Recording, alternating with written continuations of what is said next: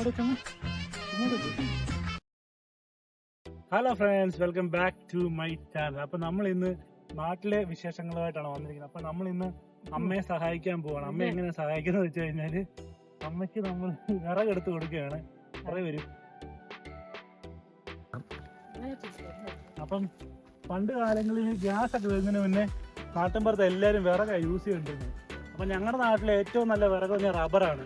അപ്പൊ റബ്ബർ വെട്ടിക്കഴിഞ്ഞാൽ അവിടെയുള്ള എല്ലാ ലേഡീസും റബ്ബർ വിറക് എടുത്തുകൊണ്ട് പോയിട്ട് അവർക്ക് ഒരു വർഷത്തേക്കുള്ള തീ കത്തിക്കാനുള്ള സാധനം കിട്ടും. അങ്ങനെയാണ് റബ്ബർ എടുക്കാൻ വേണ്ടി ഇവർ ഭയങ്കര പരാക്രമമാണ്.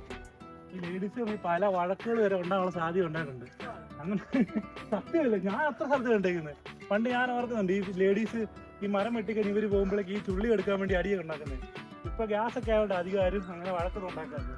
അപ്പൊ ഞാൻ പറഞ്ഞത് ഇപ്പോഴും നമ്മുടെ വീട്ടിൽ ഗ്യാസ് ഉണ്ടെങ്കിൽ പോലും ഗ്യാസിന്റെ ഇന്നത്തെ വില കാരണം നമ്മൾ വിറകടുപ്പ് യൂസ് ചെയ്യുന്നുണ്ട്. അപ്പൊ ഞങ്ങൾ അമ്മയ്ക്ക് വിറകെടുത്ത് സഹായിക്കാൻ വേണ്ടി വന്നതാണ്. അപ്പൊ നമുക്ക് വിറകെടുക്കാൻ പോകാം. ഇതാണ് എടുക്കാൻ പോകുന്ന വിറക്. അപ്പൊ ചുമ്മാ നോക്കണേ.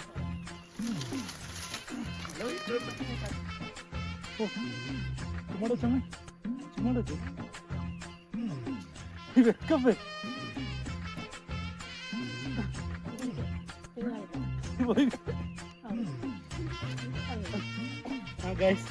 അതാണ് ഇതില്ല. കയറ്റപ്പറ്റി നല്ല വെയിറ്റ് ഉണ്ട്.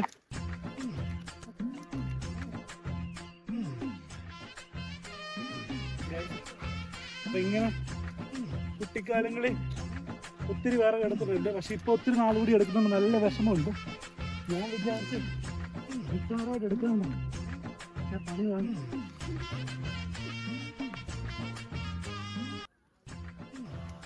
അമ്മ തന്നെയാണ് ഇത്ര വിറക് എടുക്കാൻ പോകുന്നത്. അമ്മ എങ്ങനെ എടുക്കുമെന്ന് എനിക്കറിയാം. പക്ഷെ എനിക്കെടുക്കും നല്ല ബുദ്ധിമുട്ടുണ്ട്.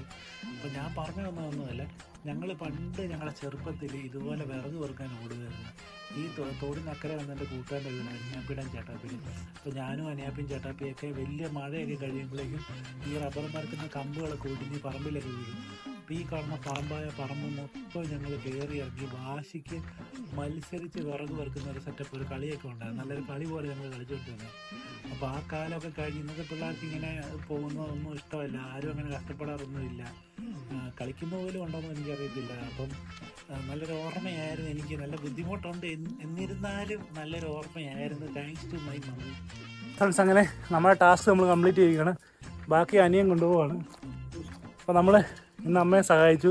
അപ്പോൾ എല്ലാവർക്കും ഇന്നത്തെ വീഡിയോ ഇഷ്ടപ്പെട്ടെന്ന് വിചാരിക്കുന്നു. അപ്പോൾ നമ്മുടെ ചാനൽ ഇനിയും ലൈക്ക് ചെയ്യാത്തതുകൊണ്ട് ലൈക്ക് ചെയ്യുക, ഷെയർ ചെയ്യുക, സബ്സ്ക്രൈബ് ചെയ്യുക.